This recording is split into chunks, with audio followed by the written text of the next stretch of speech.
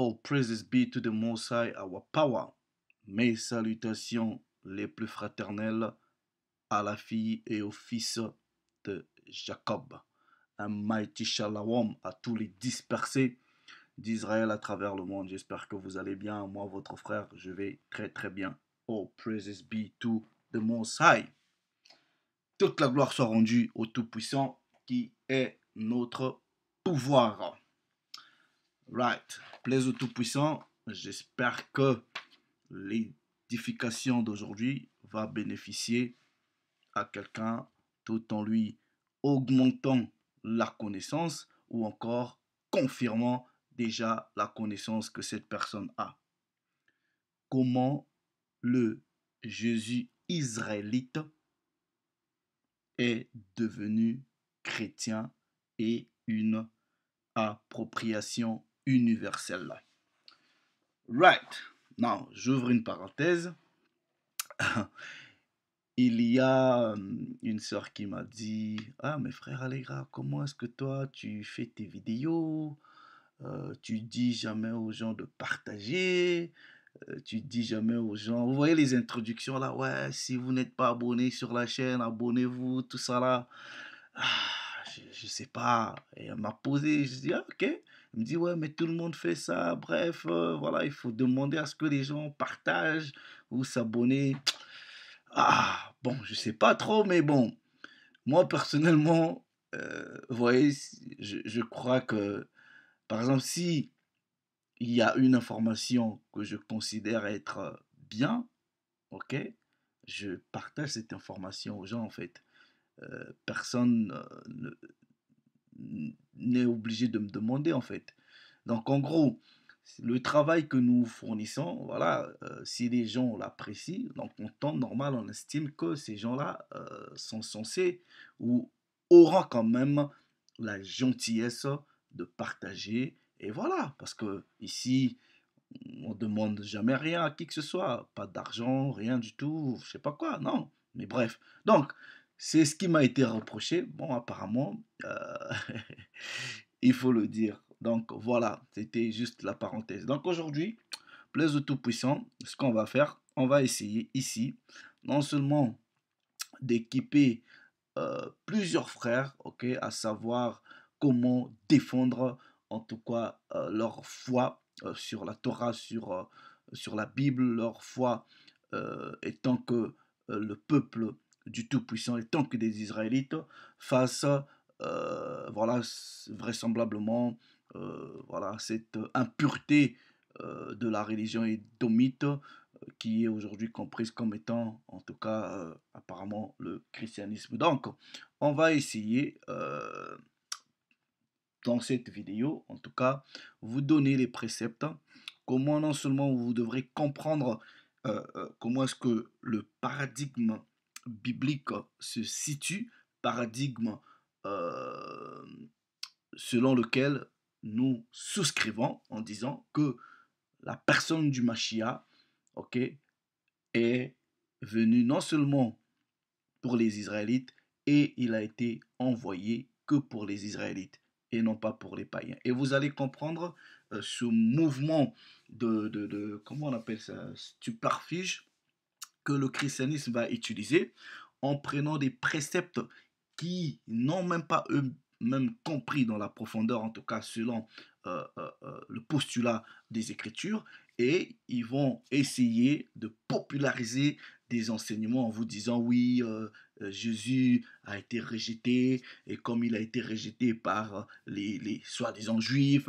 et il est allé vers les païens. Voilà, et c'est ce populisme-là qui est véhiculé dans le christianisme, voilà, qui laisse plus ou moins une porte ouverte à tout le monde de s'identifier à ce Christ-là, voilà, parce qu'ils sont soi-disant chrétiens, ils disent, il suffit juste de croire, ils vont vous dire, ouais, la Bible dit quiconque croit, bref, donc on va essayer, c'est de renouveler un peu avec les bases et rentrer plus ou moins dans quelques petites profondeurs. Donc ici, vous savez, la Torah nous demande de présenter nos moyens de défense. Ok? C'est ce que la Torah dit, mais je vais prendre un précepte dans le premier livre de Pierre au chapitre 3 et le verset 15 qui m'intéresse. Alors, il est écrit au verset 15, mais sanctifiez-vous dans vos cœurs, Christ le Seigneur, étant toujours prêt à vous défendre. Donc, de temps en temps, vous nous voyez faire des sorties, ok, pour apporter plus ou moins des corrections à des frères ou encore des orientations à des frères. Voilà, tout simplement parce que nous sommes ce que les Écritures disent étant des défenseurs de cette vérité.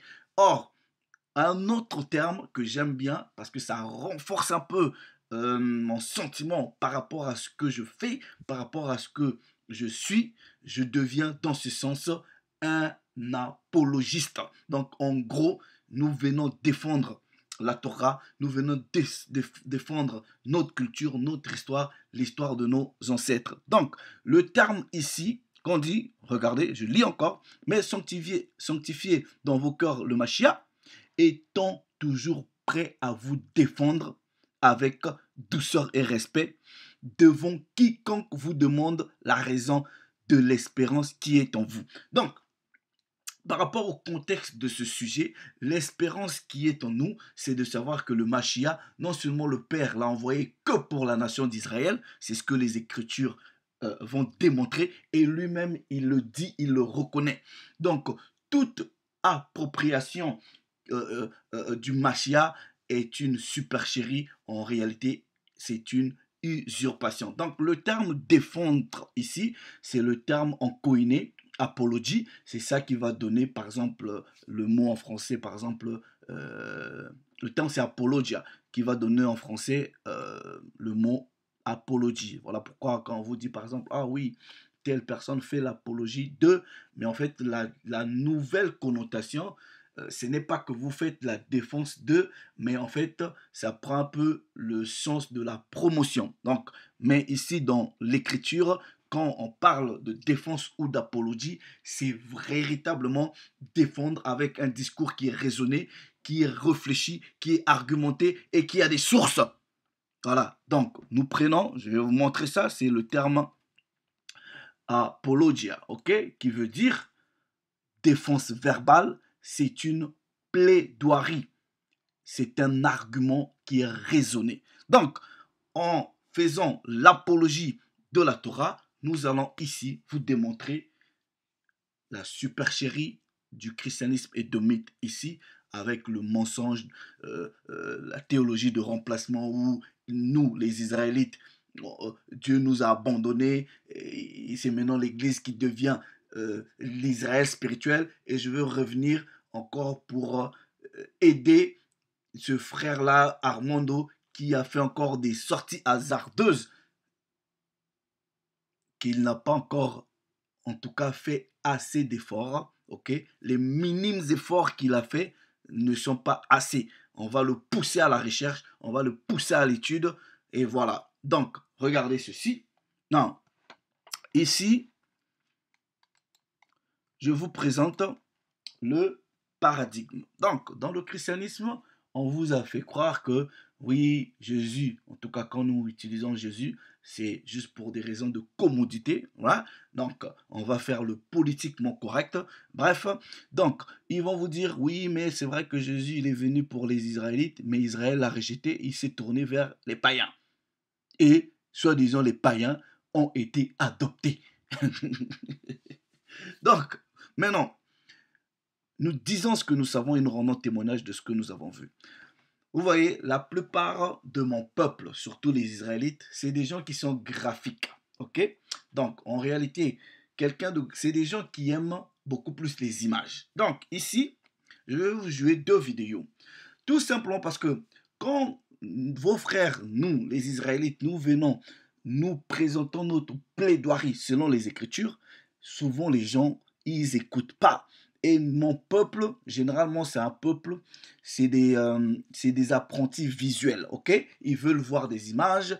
Et le comble, c'est que ils préfèrent même écouter la vérité qui sort de la bouche de l'ennemi. Voilà. Donc, on va utiliser la bouche de l'ennemi pour vous confirmer plus ou moins les choses que nous disons. Nous vous disons ceci. Tout ce qui concerne les Écritures ici, les promesses, les alliances, la gloire, ça n'a jamais été pour autre personne que les enfants d'Israël. Right? Now, what you dis? Je vais prendre ce maître d'esclaves, ok? Écoutez ce qu'il dit, right? Et je joue ceci en prélude de l'hérésie de l'Israël spirituel qu'on a déjà expliqué si on a fait les breakdowns de Romains chapitre 11, Romains chapitre 9, mais on va revenir puisque à chaque fois, les gens viennent exposer à notre peuple, surtout même nos frères qui sont dans le christianisme, quand vous êtes exposés aux mensonges par nos propres frères aussi, israélites, qui sont dans le christianisme, il est de notre intérêt de venir rétablir les choses, en tout cas, selon les Écritures. Écoutez ce que ce maître d'esclaves dit en relation avec les alliances, avec les promesses. Il dit spécifiquement que toutes les alliances, les promesses sont exclusives pour Israël.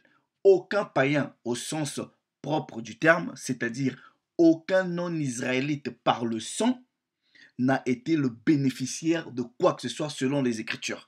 Et ça, c'est notre postulat, et ça, c'est notre position.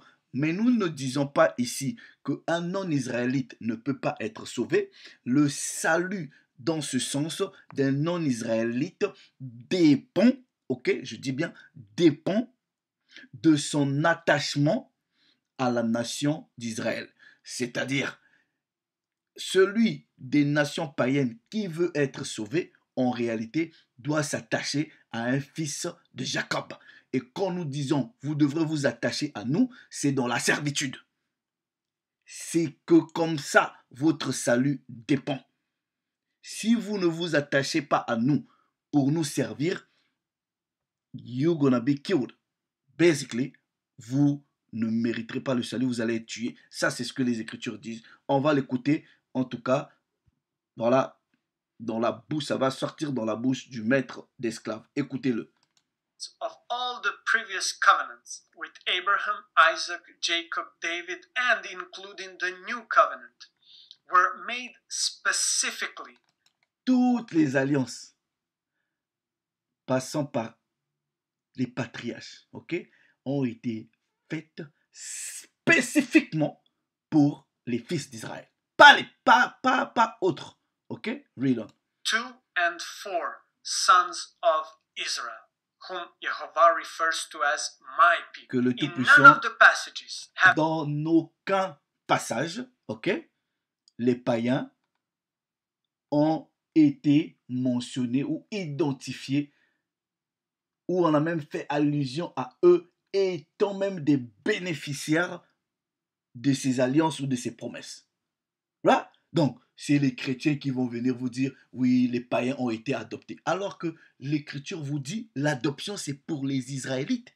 Donc, si dans le paradigme que quelqu'un peut présenter en disant qu'ils ont été adoptés, mais l'Écriture vous dit que l'adoption, c'est pour les Israélites. Donc, il n'y a que les Israélites qui peuvent être adoptés. Or, la confusion va être, mais attends, si vous dites que les Israélites sont les fils qui ont été choisis, comment est-ce qu'ils vont encore être adoptés? Parce que l'adoption, dans la compréhension mondaine actuelle, c'est prendre l'enfant qui n'est pas à toi. Mais vous n'avez pas compris qu'une branche d'Israël a été rejetée. Le Tout-Puissant a rejeté une branche d'Israël. Et malgré qu'il a rejeté, il a fait la promesse à cette branche d'Israël-là que je vais te racheter. Et c'est pour cette branche d'Israël-là que l'adoption a été proposée. Ça, on va faire ça quand on va revenir pour debunk, pour comment on dit, de refuter cette abomination de soi-disant Israël spirituel. Alright? Non, je vous joue encore une deuxième vidéo, ok? Ici, c'est une vidéo des années, c'est 1900, ok? Où ce maître d'esclaves est allé en Éthiopie et il a voulu rentrer dans une synagogue. Les Éthiopiens l'ont regardé comme se dit, mais non, attends, toi, tu peux pas rentrer, ok? Parce que si les choses sacrées ne sont pas données aux autres. Là, non, écoutez-le et nous allons en tout cas faire le breakdown, vous expliquer pourquoi nous disons que comment est-ce que le Christ est devenu une appropriation universelle où un Japonais dit oh, je crois en Jésus, il prêche aux gens, un Chinois vient, il prêche aux gens, les Hamites, comme les Mamadou Karambiri, il y a plein d'Hamites là qui sont les pasteurs des Bantous, ça c'est de la souillure, ok? C'est de la souillure. Est-ce que vous comprenez? Il y a plein d'Hamites, plein d'Édomites qui sont des enseignants sur le peuple de Dieu. Vous êtes des gens souillés en écoutant ces gens-là qui sont vos pasteurs, qui sont vos leaders. Vous êtes en face du Très-Haut, en face de vos ancêtres, une honte. Ouais? Now, listen to this. In 1904, Halevi's student, Yakov Feitlovich, came to Ethiopia and remained Donc, celui-là, il est parti en Éthiopie. Ouais? for 2 years, living with, learning about, Beta Yisrael. Donc, il est parti apprendre de la communauté qu'on appelle Beta Israel. Ok? Regardez. When Dr. Feitlovich came to Ethiopia, my father told me he was not recognized by our Kesib. Donc, lui, il dit, quand ce monsieur-là, cet étranger-là est venu en Éthiopie, il n'a jamais été reconnu. Voilà. He was not allowed to enter in the synagogue. Il n'était pas même pas autorisé de rentrer de la synagogue parce que il représente une souillure. Voilà. Non, même quand vous voyez comment le temple, les païens, les non-israélites n'étaient pas autorisés. Ils étaient du dehors. Right? Non, watch this, ok?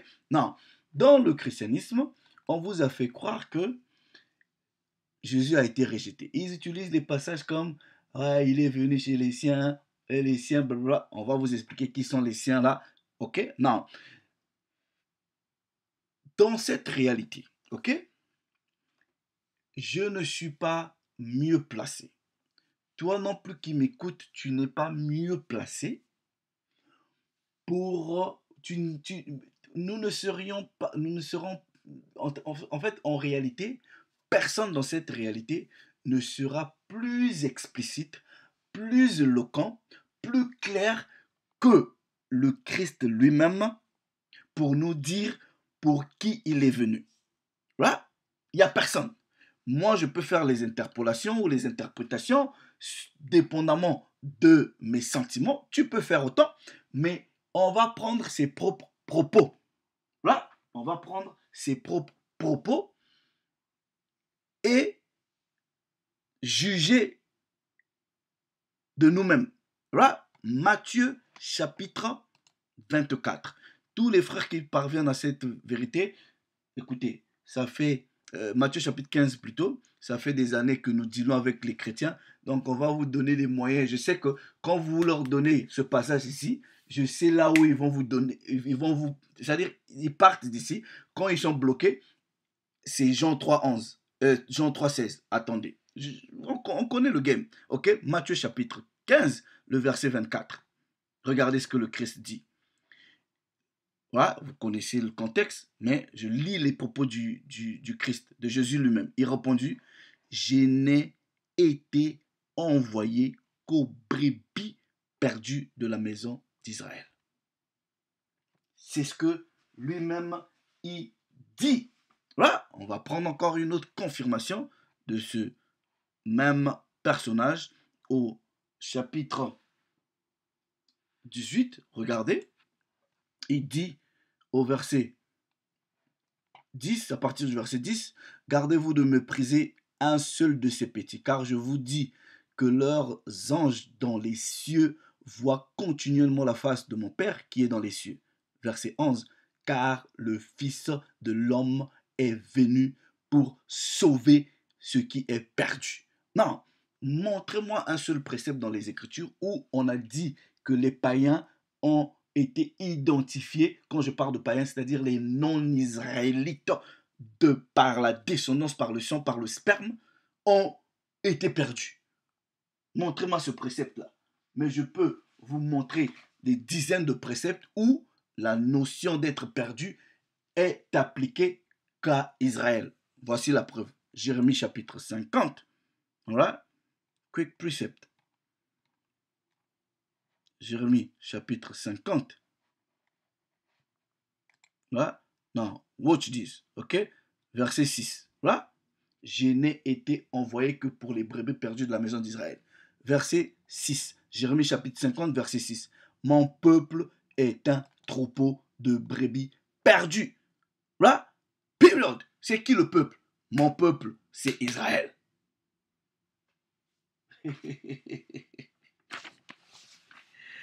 Right. Now, regardez ceci. Ok? Bear with me. Bear with me. Bear with me. Now, quand vous leur avez prouvé ça, ils vont aller dans Jean 3,16. Ok? Jean 3,16. Ok. Non. Avant même d'aller dans Jean 3,16, bear with me.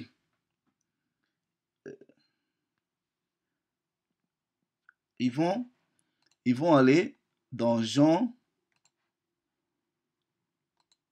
1, je pense. Ils vont prendre peut-être le verset 11. Ok? Vous avez? Right. Ils vont prendre le verset 11. Ok? Alors, les frères, vous devrez faire une lecture intelligente et intelligible. Ok? Et très attentive. Right? Non. Déjà, même quand quelqu'un vous prend le verset 11, en parlant du Mashiach en forme de parole, on dit, elle est venue chez les siens. Déjà, la première partie de ce verset vous prouve également que cette parole-là a été envoyée premièrement chez les siens. Le sien, c'est quoi? Quand on parle de sien, c'est un adjectif possessif. Donc, ça confirme même que cette parole est premièrement venue chez les siens. Là? Non. Maintenant, on dit, et les siens ne l'ont pas reçu. Là, nous allons rentrer dans la profondeur pour comprendre qui sont les siens qui ne l'ont pas reçu. Et je vous dis, le premier sien ici, là, ou les premiers siens ici, sont différents de ceux-là.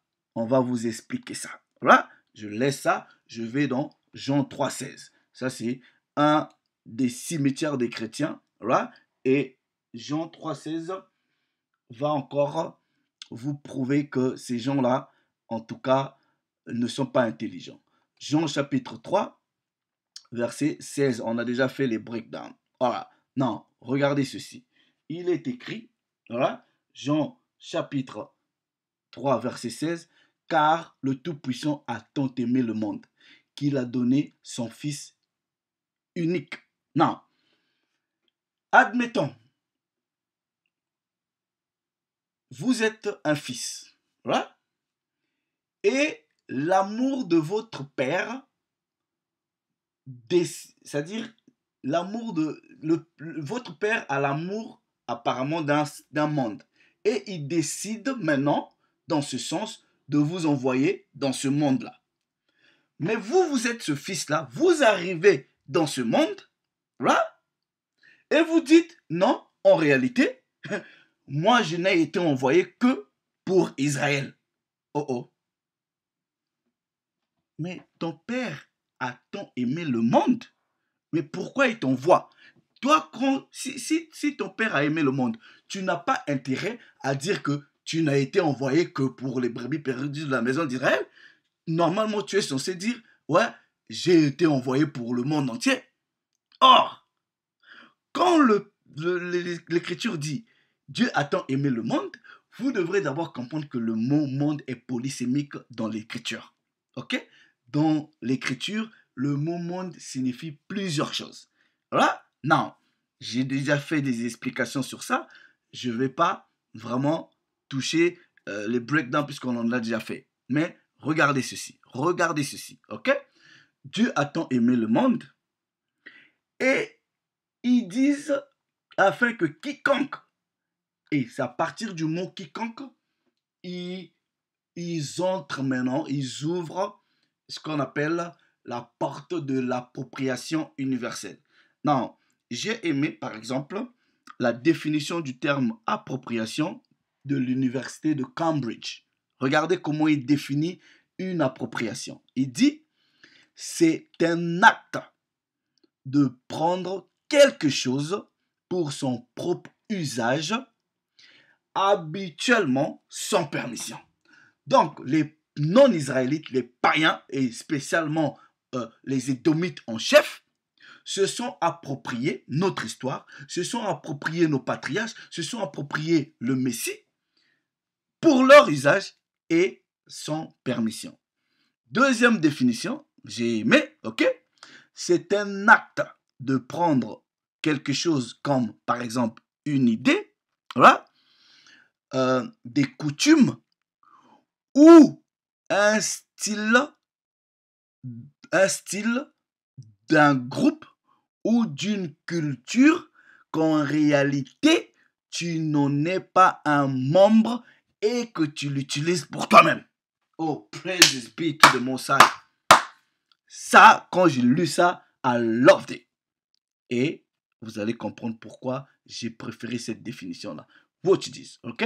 Now, ils vont dans Jean 3,16 et quand ils voient le terme quiconque, on dit quiconque croit en lui, ils se disent quiconque, c'est tout le monde. Et le résultat ici, c'est quoi? C'est la vie éternelle. Maintenant, nous allons examiner tous les préceptes pour que vous compreniez que ce monde ici s'agit du monde d'Israël et que la promesse de la vie éternelle est une promesse à Israël. Toutes les promesses dans la Bible sont pour Israël. Attendez, je vais vous prouver ça. Vous aimez les écrits de Paul, mais regardez ce que Paul vous dit. Ok? Right. Now, watch this. Ok? Je dis la vérité en Christ. Je ne mens point. Ma conscience m'en rend témoignage par le Saint-Esprit. J'éprouve une grande tristesse et j'ai dans le cœur un chagrin continuel, car je voudrais moi-même être anathème et séparé du Christ pour mes frères, mes parents selon la chair qui sont israélites, à qui appartiennent l'adoption. Donc on vous dit ici là, pour que vous soyez adoptés, ou si vous voyez dans l'écriture un mouvement d'adoption d'un groupe, d'un peuple ou des gens particuliers, ils doivent être israélites.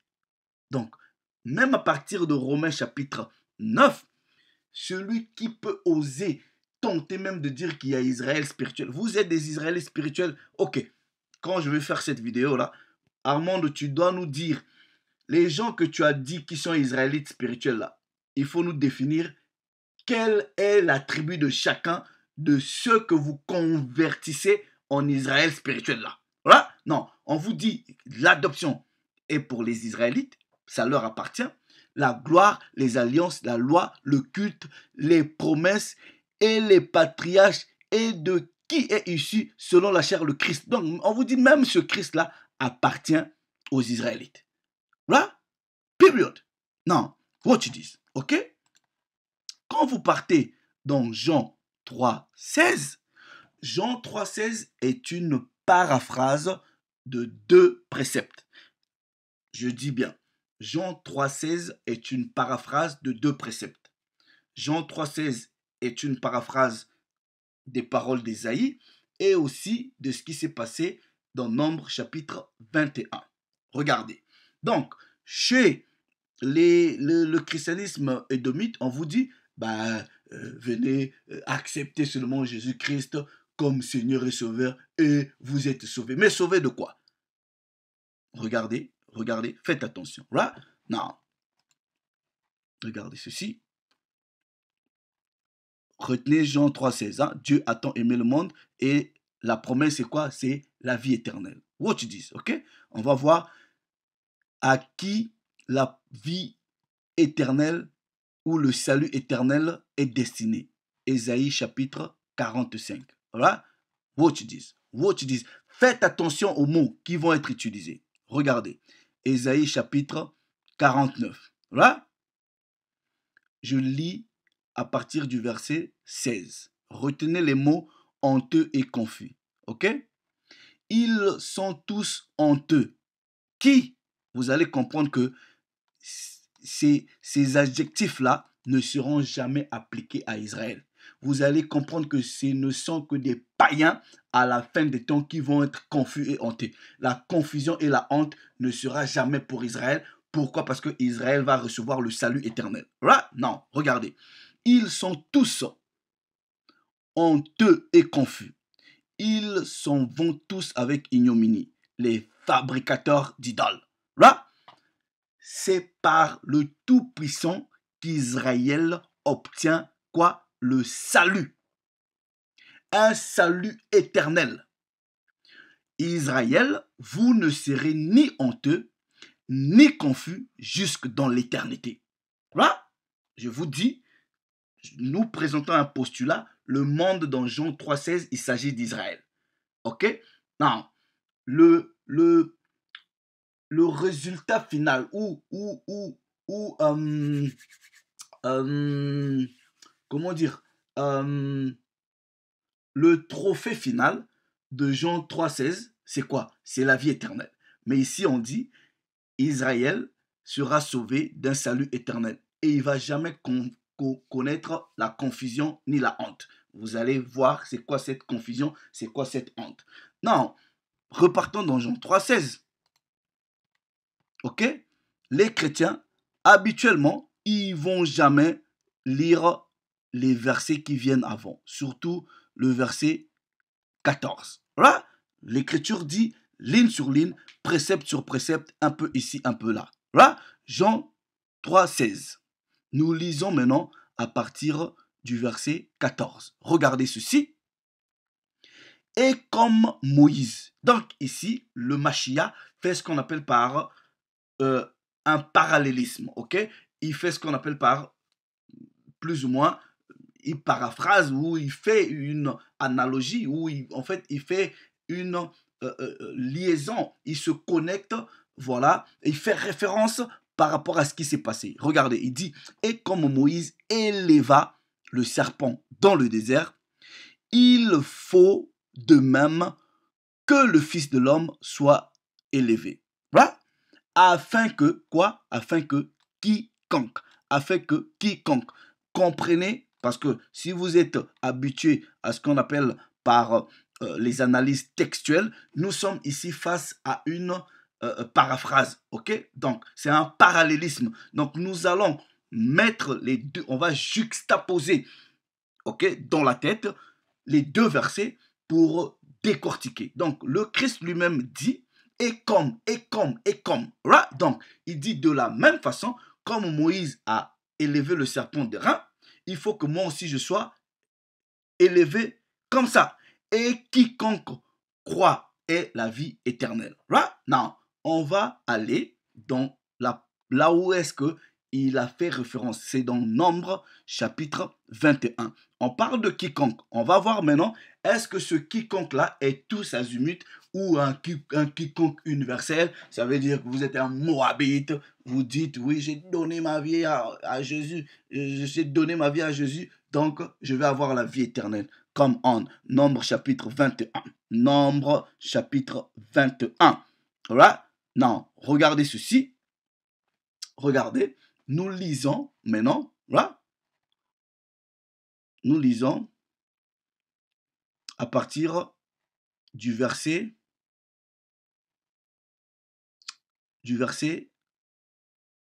4. Regardez, ils partirent de la montagne de Hor par le chemin de la mer Rouge pour contourner le pays des Dômes. Là, c'est normal, on doit contourner, c'est des méchants.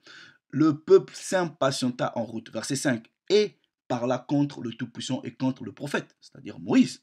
Regardez, pourquoi nous avez-vous fait monter hors d'Égypte pour que nous mourions dans le désert? Car il n'y a point de pain et il n'y a point d'eau. Et notre âme est dégoûtée de cette misérable nourriture. Regardez bien. Alors le Tout-Puissant envoya contre le peuple des serpents brûlants. Il envoya contre le peuple des serpents brûlants. Qui est ce peuple-là?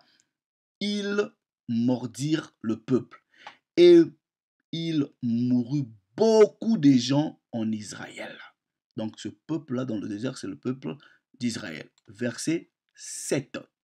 Le peuple vint à Moïse et dit, nous avons péché, car nous avons parlé contre le Tout-Puissant et contre toi.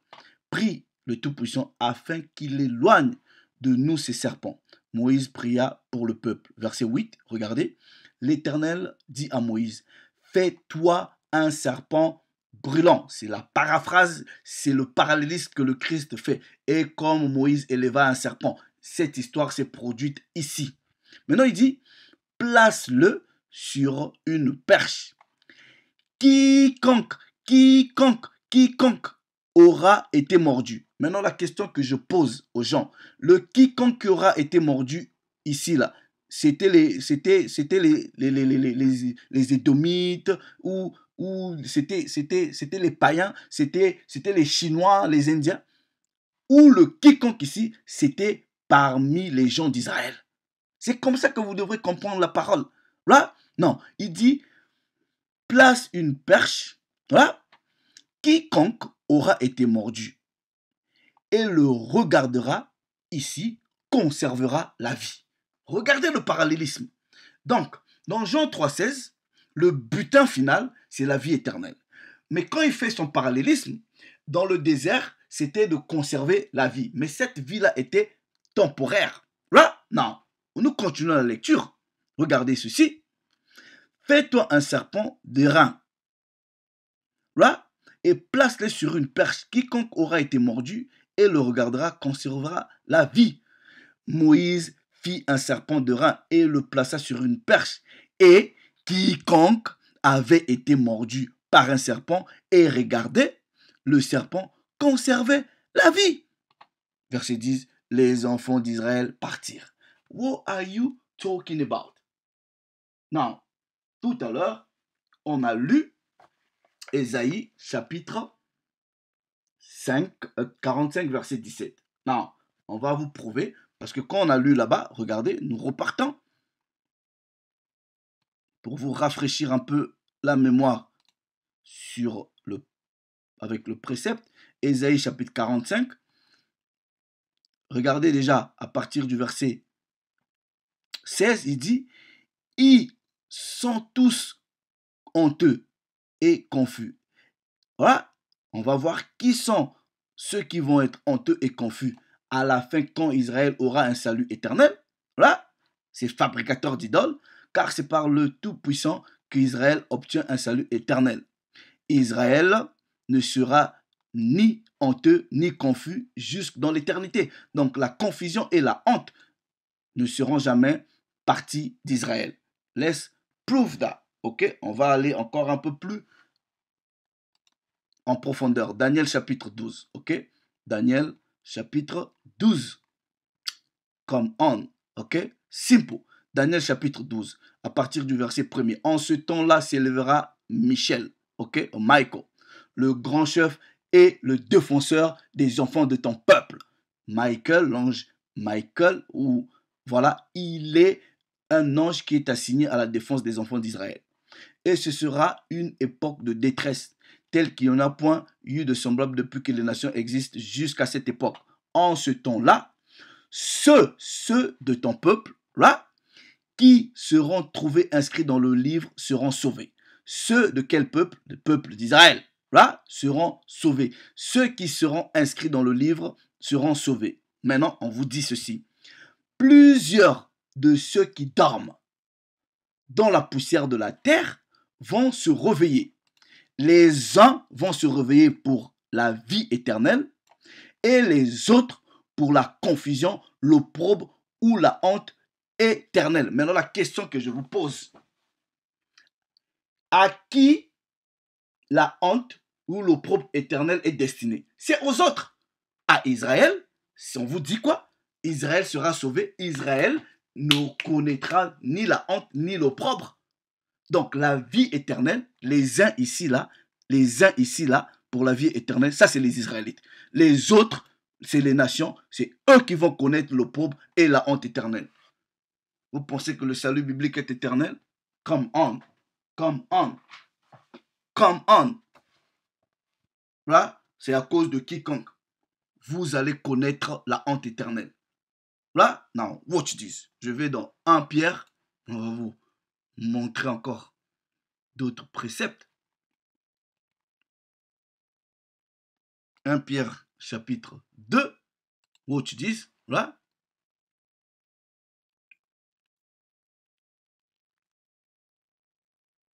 Watch this. Non.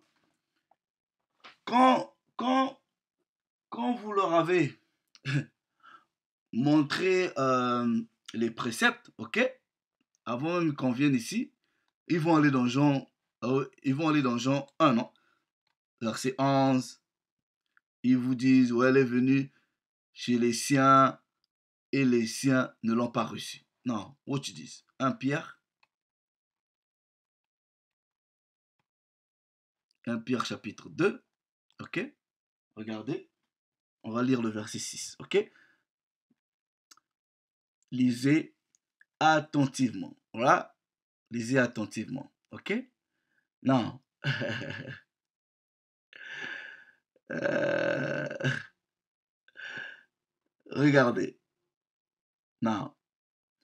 On dit ici, on lit à partir du verset 14. Approchez-vous de lui. Voilà. Pierre vivante, rejetée par les hommes.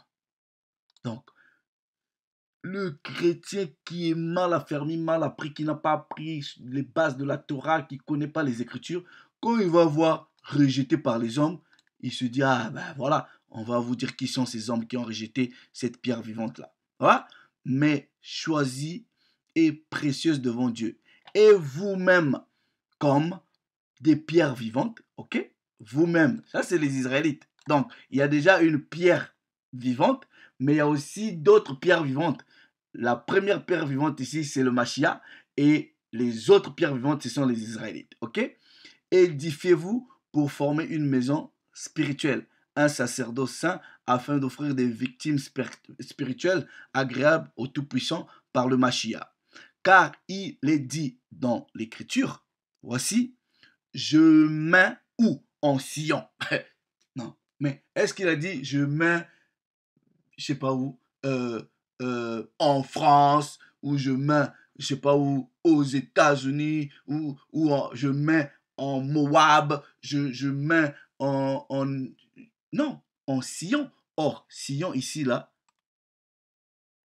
Sion, c'est l'autre terme pour dire Israël. Et c'est ça en fait. Voilà. Donc, même cette pierre-là a été mise en Sion. Donc, c'est pour vous dire que tout est destiné à Israël. La relation biblique est la relation du Tout-Puissant avec son peuple. Donc, quand vous considérez le Mashiach comme étant la pierre angulaire, on dit que cette pierre-là a été mise en Sion. Une pierre angulaire. Voilà? Non. Choisie, précieuse. Celui en Sion, ok, celui qui croit en elle ne sera point confus.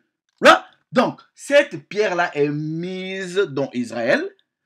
Quiconque ou celui dans Israël qui va croire en cette pierre-là ne va pas connaître la confusion. Donc, même votre... Parce que vous aimez le Nouveau Testament, vous vous l'êtes approprié comme si c'était à vous. Ça vous prouve que tout ça là, c'est pour Israël. Là, non. Regardez ceci.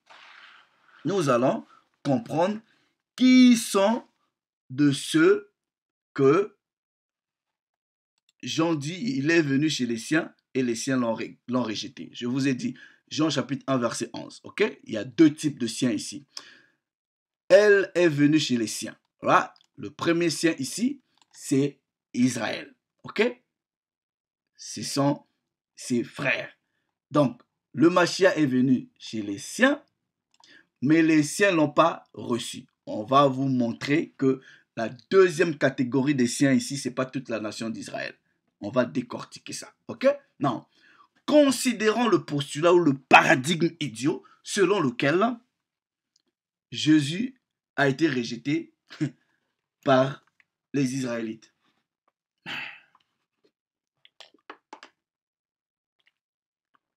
Les apôtres qui ont marché avec lui, qui l'ont suivi, ils étaient de quelle nation? Je bois un peu d'eau en attendant vous trouver la réponse.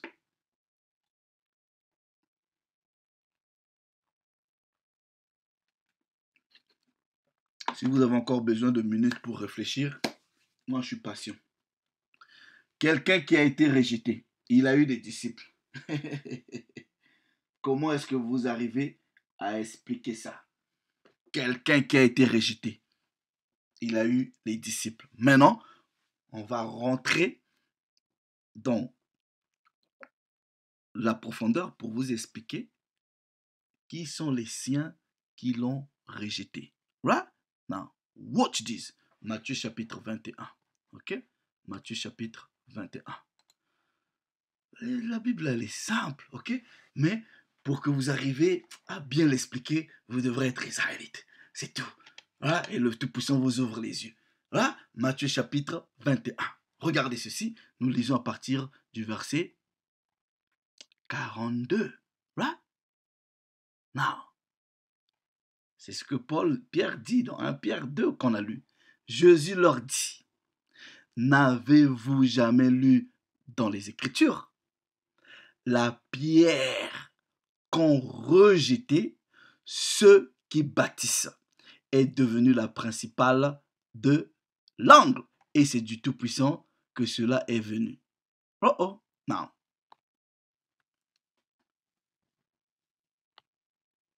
Qui sont ceux qui bâtissaient et qui avaient rejeté cette pierre-là? C'est la question que vous devrez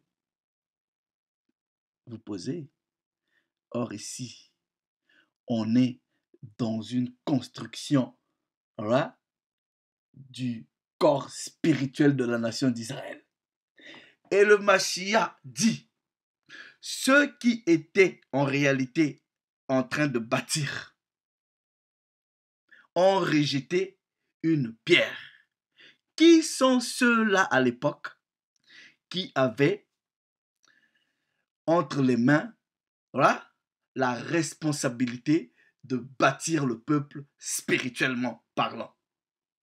On va lire la pierre qu'ont rejeté ceux qui bâtissent. Donc, on vous dit ici que cette pierre-là a été rejetée, non pas par tout le monde, parce que tout le monde n'est pas bâtisseur. Oh oh.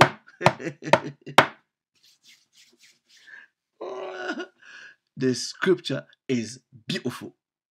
Tout le monde n'est pas bâtisseur. Hein? Donc, déjà, ce précepte-là vous précise qui, en réalité, a rejeté cette pierre-là. C'est ceux qui bâtissent. On va rentrer dans le mot, voilà, pour découvrir en réalité qui sont ceux qui bâtissent là. Nous continuons. Est devenu la principale de l'angle. C'est du Tout-Puissant que cela est venu. Et c'est un prodige à vos yeux. C'est pourquoi je vous dis, le royaume du Tout-Puissant vous sera enlevé. Donc, en gros, quand on dit, et ça encore, c'est une idiotie de la supercherie édomite, ok, qui est aujourd'hui considérée comme le christianisme. Ils lisent des versets, oui, on a donné ça à une autre nation, et cette nation-là, c'est soi-disant l'église. Mais quelle église? Quelle église? Église catholique, église kimbanguiste, ok, les témoins de Jéhovah, c'est eux les nouveaux bâtisseurs. Hein? C'est quelle église? Votre abomination là où il se passe que des bêtises, ok? Ils disent, non, l'église, corps du Christ. Quel corps du Christ? Vous êtes corps du Christ, chacun fait ce qu'il veut. Hein? Quel corps du Christ? Vous êtes corps du Christ là. C'est où la tête? C'est où le pied? C'est n'importe quoi, c'est la confusion. Non, watch this, right? Il est écrit, c'est pourquoi je vous dis, le royaume de Dieu vous sera enlevé et sera donné à une autre nation. Right? Oh oh. Sera donné à une autre nation. Okay. On va comprendre quelle était cette autre nation-là. Ok? Que le royaume de Dieu va être enlevé à ceux qui bâtissaient à l'époque. En réalité, ici, ça veut tout simplement dire que les choses ou la direction spirituelle du peuple sera enlevée aux bâtisseurs. Vous allez découvrir c'est qui ces bâtisseurs-là et sera donnée à une nouvelle génération, un nouveau groupe d'individus. Là, sera donné à une nation qui en rendra les fruits. Maintenant, celui qui tombera sur cette pierre s'y brisera, et celui sur qui elle tombera sera écrasé. Écoutez, écoutez, verset 45. C'est là que vous allez comprendre qui sont les bâtisseurs qui ont rejeté, qui sont les siens qui ont rejeté. Verset 45, vous pouvez lire. J'attends. Faites la lecture. Come on. Je vous donne 30 secondes pour faire la lecture. Come on. Après avoir entendu ces paroles, les principaux sacrificateurs, les pharisiens, comprirent que c'était d'eux que Jésus parlait. Non, j'ai pas bien lu. Vous pouvez lire. Il est écrit quoi? Après avoir entendu ces paroles, les principaux sacrificateurs et les pharisiens comprirent que c'était d'eux que Jésus parlait. Période. On peut fermer les cahiers. C'est fini.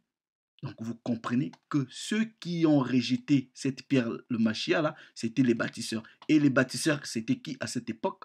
C'était les principaux sacrificateurs et les pharisiens.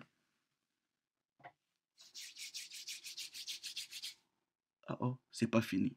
La Torah dit, c'est par la déposition de 2 ou 3 témoins que l'affaire est établie. Luc chapitre 9. Voilà. Luc chapitre 9, verset 22. Verset 22, là, il est écrit, wait. Now, watch this. Puisque là-bas, il a dit, là, que ça sera donné à... Non, je vous explique le contexte déjà historique. C'est que, à l'époque du Mashiach, vous avez généralement de façon majoritaire Juda, ok? C'est-à-dire le royaume du sud. Donc vous avez ceux de la tribu de Juda, majoritairement les Benjamites et les Lévites. Et en tout cas quelques individus du royaume du sud, right? Du royaume du nord. Now, watch this, ok? Pay attention, right? Now, il est écrit, attends, à partir du verset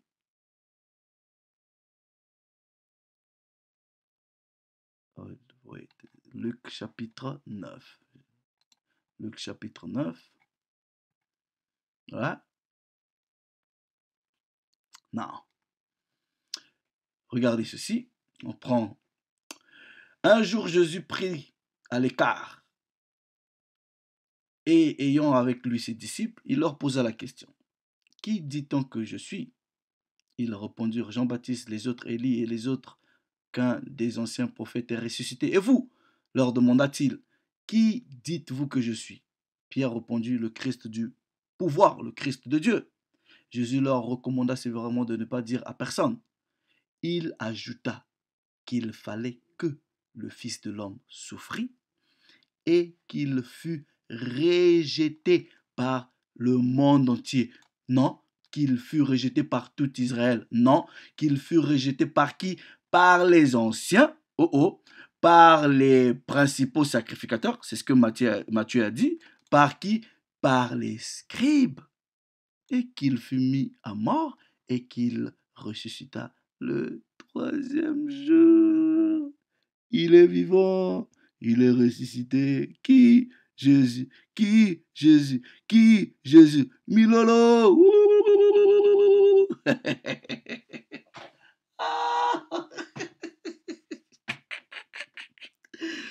What are you talking about? What are you talking about, Christian people? What? Now, watch this, ok? Maintenant, ils vont dire que ouais, ils vont prendre les propos de Paul, par exemple. Paul qui dit, ouais, comme vous les Israélites, vous vous êtes sentis, je ne sais pas quoi là, on s'est tourné vers les païens. je vais revenir pour, en tout cas, debunk cette idiotie que Armand a voulu encore exposer d'Israël spirituel là. Ok? Now, watch this, right? Let me entertain. Je vais essayer de. How do you say entertain en français là? Bon, on va faire leur jeu. Ok? On va essayer de faire leur jeu. Jésus a été rejeté et il s'est tourné vers les païens. Voilà pourquoi vous devrez comprendre ceci. Dans la Bible, il y a deux types de païens. Ok, on a déjà expliqué ça, mais on va revenir pour expliquer. Il y a deux types de païens. Alors, le païen, en réalité, de façon stricte, est celui qui ne descend pas de Jacob, c'est-à-dire qui est non israélite, édomite, moabite, païen. Voilà. Maintenant, dans sa dimension sociale, ok, culturelle, le païen, ou le terme païen, va être utilisé pour ceux des fils d'Israël, je précise, ceux des fils d'Israël qui vont se comporter culturellement, socialement, culturellement, ok, comme ceux des non-israélites, comme les nations, comme les païens. Voilà.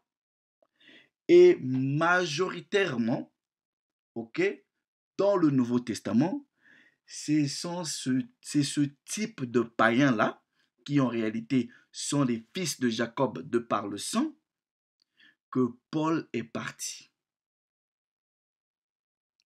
prêcher. C'est ce type de païen-là. Non, regardez ceci. En réalité, un édomite, même s'il croit en Jésus, même s'il applique la Torah, il reste édomite, il reste toujours un païen. Peu importe son application à la Torah, il reste édomite, étranger. Voilà. Étranger attaché à la nation d'Israël. Mais un Israélite reste israélite, ok? Peu importe qu'il s'attache à la Torah, qui suit les commandements, il reste israélite. Il reste israélite même si il se comporte comme les païens. On peut le qualifier de païen, ok? De par sa façon de faire les choses, de par son comportement, de par ses pratiques, ses us et coutumes, son culte. Mais il reste toujours israélite. Mais celui-là, par exemple, il peut rebourser chemin. Voilà. Donc, quand il rebrousse chemin, il reste toujours israélite. Watch this. Non. Ils oublient que quand ils disent qu'on s'est tourné vers les païens, ils oublient fondamentalement que Israël, non seulement, voilà, est dispersé dans les quatre coins, ok, puisqu'ils prennent même les préceptes de Matthieu, aller dans tout partout dans le monde prêcher la parole.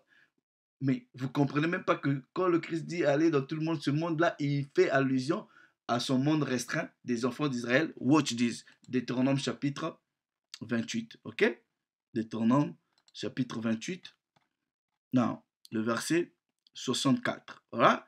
L'Éternel te dispersera parmi tous les peuples d'une extrémité de la terre à l'autre. Et là, tu serviras d'autres dieux que n'ont connu ni toi ni tes pères. Les dieux de quoi? Du bois, christianisme, de la pierre, islam, toutes ces religions-là. Voilà. Parmi ces nations, tu ne seras pas tranquille. Non. Watch this, ok? Nous avons traversé plusieurs captivités. Et dans ces captivités-là, on s'est assimilé. Voilà, Israël est un peuple assimilé, assimilé aux nations. Voilà, on est un peuple perdu. Regardez ceci. Je prends un exemple. Esdras, ok, chapitre 2. Là, regardez par exemple. Voici ceux de la province qui revinrent de l'exil. C'est ceux que Nebuchadnezzar, roi de Babylone, avait emmenés captifs à Babylone et qui retournèrent à Jérusalem et en Juda, chacun dans sa ville. Là, non. Regardez, vous comprenez qu'on a fait plusieurs captivités. Voilà. Et la captivité que vous devrez maîtriser pour comprendre le Nouveau Testament, c'est la captivité grecque. Voilà. Mais pour comprendre véritablement la captivité grecque, vous devrez comprendre non seulement les prophéties de Daniel, et aussi lire vraiment le livre des Maccabées. Sans ça, le Nouveau Testament, quand vous lisez païens, incirconcis, vous pensez que c'est les Édomites qu'on parle là-bas, les incirconcis, vous pensez que c'est les Blancs? Non, non, tout ça, ces païens-là, sont les enfants d'Israël. Non, watch this, ok?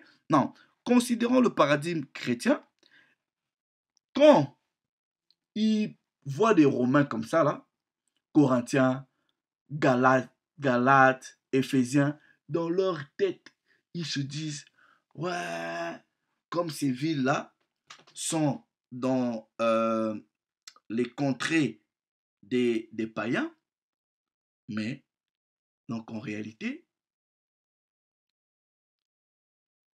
Paul est parti chez les non-israélites.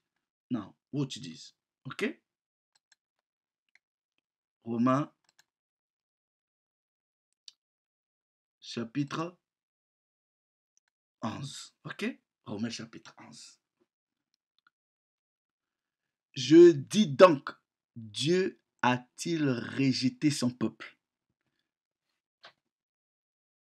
Loin de là. Mais d'où est-ce que vous sortez cette notion d'Israël spirituel? Ok? On dit, Dieu n'a pas rejeté son peuple. Loin de là. Paul vous dit, car je suis israélite, de la postérité d'Abraham, de la tribu de Benjamin. Je suis moi-même israélite. Non. Paul est israélite. Mais il est aussi, regardez, Actes des Apôtres, chapitre 22, il est aussi, là, un citoyen romain. Là, Actes, chapitre 22, nous lisons peut-être à partir du verset 24. Vous connaissez l'histoire de son arrestation. Le tribun commanda de faire entrer Paul dans la forteresse et de lui donner la question par le fouet, afin de savoir pour quel motif il criait ainsi contre lui. Lorsqu'on l'eut exposé au fouet, Paul dit au centenier qui était présent, vous est-il permis de battre de verge un citoyen romain et qui n'est même pas condamné? À ces mots, le centenier alla vers le tribun pour l'avertir, disant, que vas-tu faire? Cet homme est romain.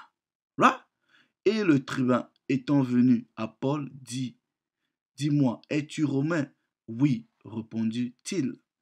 Le tribun reprit, c'est avec beaucoup d'argent que j'ai acquis ce droit de citoyen.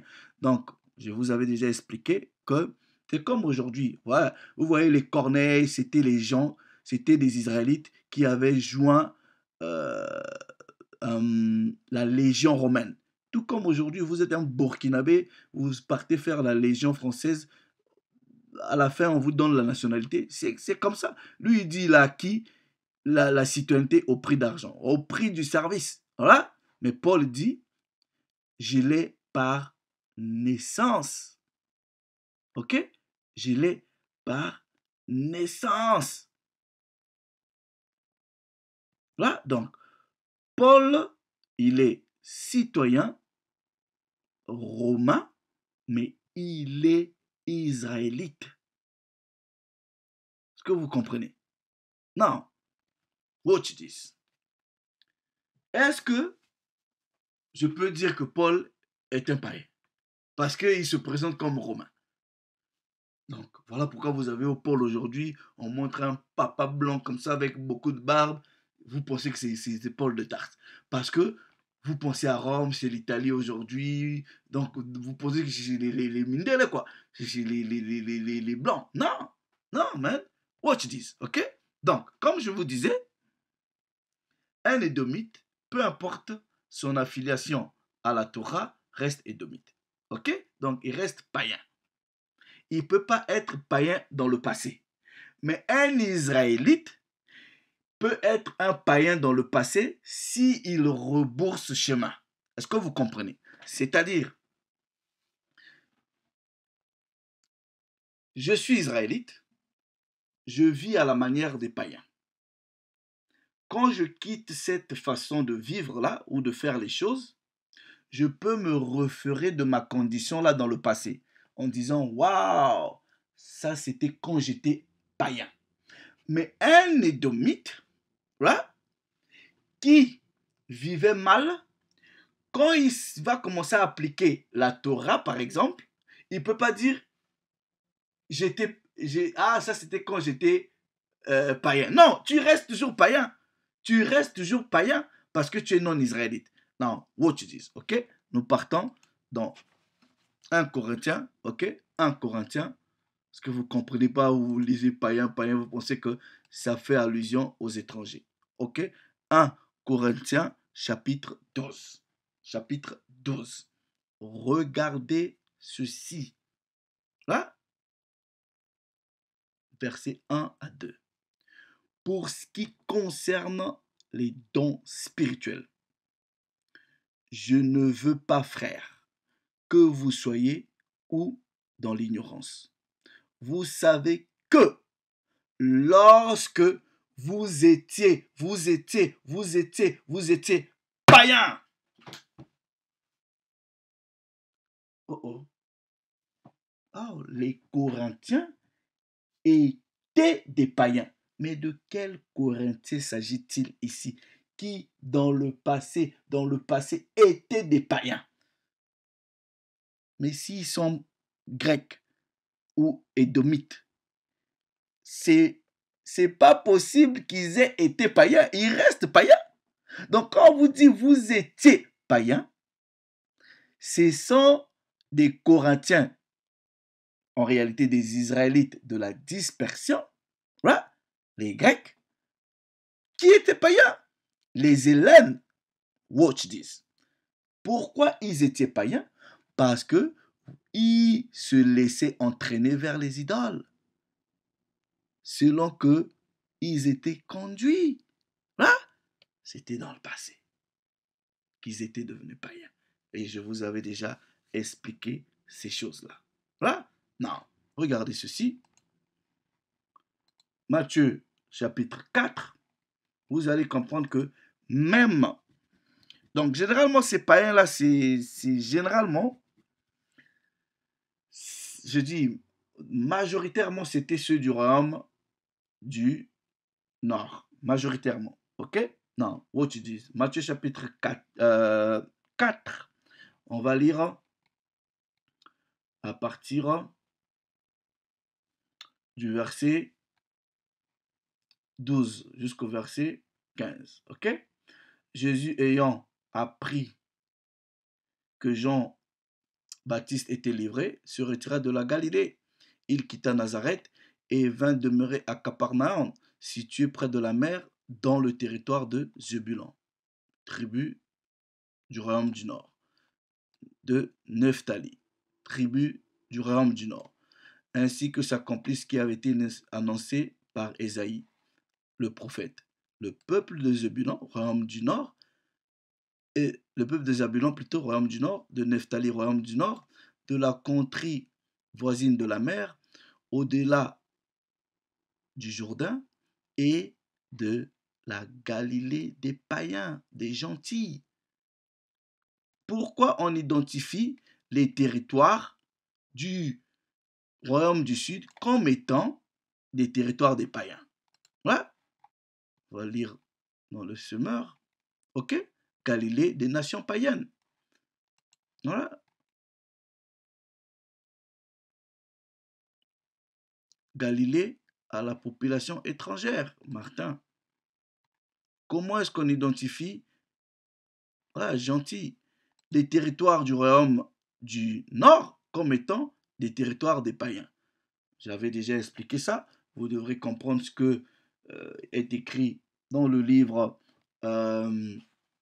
du prophète Osée, là, pour que vous en saisissez vraiment ce qui se passe ici. Now, watch this. Right? Regardez. Jean chapitre, pour finir, Jean chapitre 7, verset, on va lire à partir du verset 33. Jésus donc dit, je suis encore pour peu de temps avec vous, et je m'en vais à celui qui m'a envoyé. Vous me chercherez et vous ne me trouverez pas. Et là où je serai, vous ne pouvez pas venir.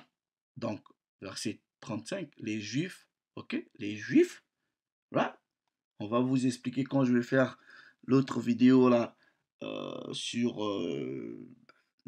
je donne encore d'autres informations sur le terme juif, ok, parce que c'est un terme qui est un peu, qui porte à confusion, ok. Bref, les Juifs donc dirent entre eux, où celui-là va-t-il aller pour que nous, attendez, bear with me.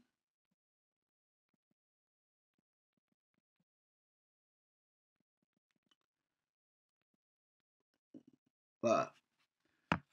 Où les Juifs donc dirent entre eux, où celui-là va-t-il aller pour que nous le trouverons pas? Va-t-il aller à la dispersion au milieu des Grecs et enseigner les Grecs? Voilà, dispersion au milieu des Grecs. Non, watch this, ok? On va dans Jean chapitre 11. Jean chapitre 11. Jean chapitre 11. On va lire à partir du verset.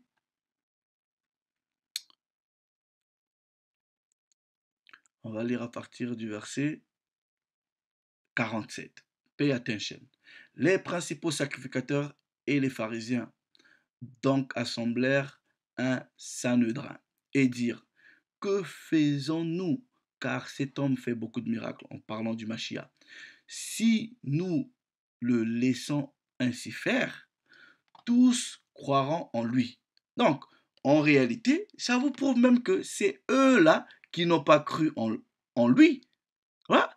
Mais ils craignaient que les autres croient en lui. Voilà. Et les Romains viendront et ôteront et notre lieu et notre nation. En réalité, les Romains vont venir pour nous enlever. Voilà, bref. Et notre nation. Regardez. Maintenant, regardez à partir du verset 49.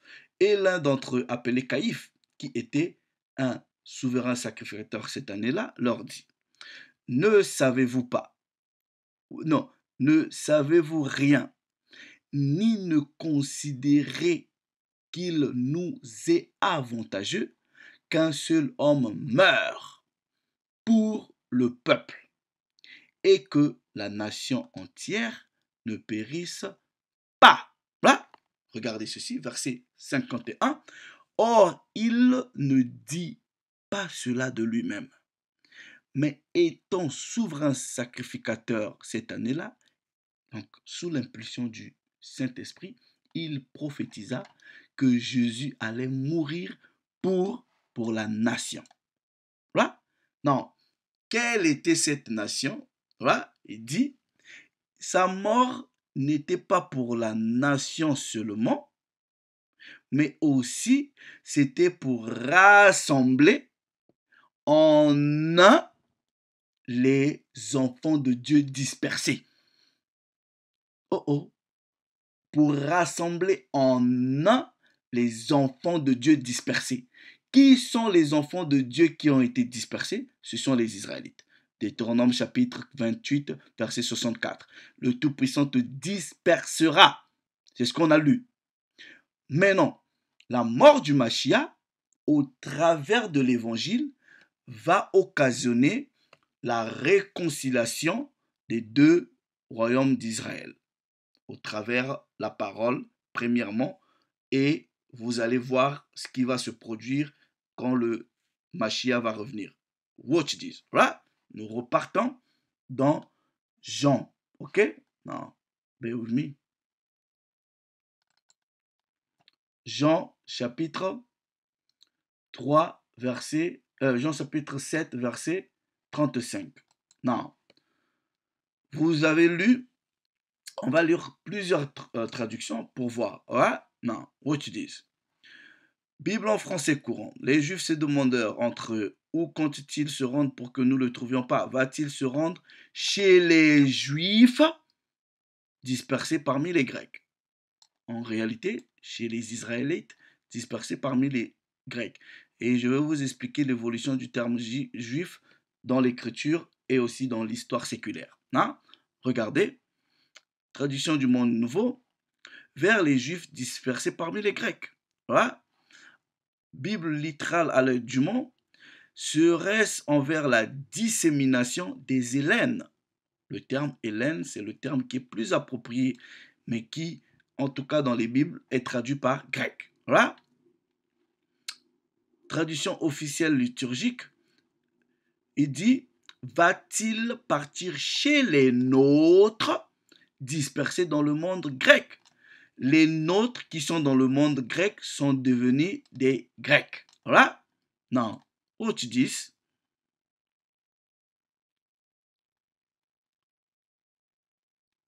On va vous montrer ça. Voilà. On va dans Actes des Apôtres, chapitre 6. On va vous montrer par exemple. Regardez. Or, en ce jour-là, le nombre des disciples se multipliant, il se leva un murmure des qui? Des hellénistes. Voilà. Contre les Hébreux. Voilà. Non. Ça, c'est Darby. Il traduit par le terme helléniste. King James va traduire par le terme Grecian. Martin, grec. Donc, le terme que Darby traduit par helléniste, Martin traduit par grec. Voilà. Donc, quand quelqu'un est en train de lire ça, il se dit, grec, hébreu, blablabla, il est dans la confusion. Second 21, helléniste. Bible du semeur. Non, regardez maintenant, semeur vous aide encore. Il dit, des tensions surgirent entre les disciples juifs de culture grecque. Donc ces Grecs-là, ces Hélènes, sont en réalité des Israélites de culture grecque. Voilà. Now, watch this. On va voir le terme qui est traduit par grec. Ok? Helléniste. Voilà, généralement traduit par grec. Voilà. Regardez, un helléniste, c'est celui qui adopte, ou un grec, celui qui adopte les manières et coutumes ou cultes des Grecs et parle la langue grecque. Deuxièmement, définition ou usage dans le Nouveau Testament ou dans la Bible. Utilisé dans le Nouveau Testament pour les Juifs nés en territoire étranger et parlant grec. Thessaloniciens, Éphésiens, Romains, Galatiens, pour des Juifs ou des Israélites en réalité, nés en territoire étranger et parlant d'autres langues.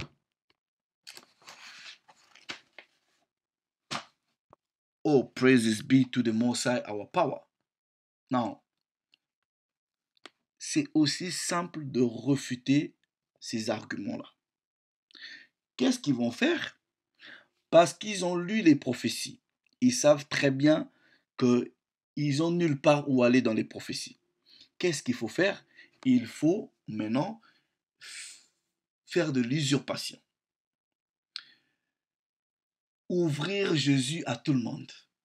Non, il faut juste croire, c'est tout.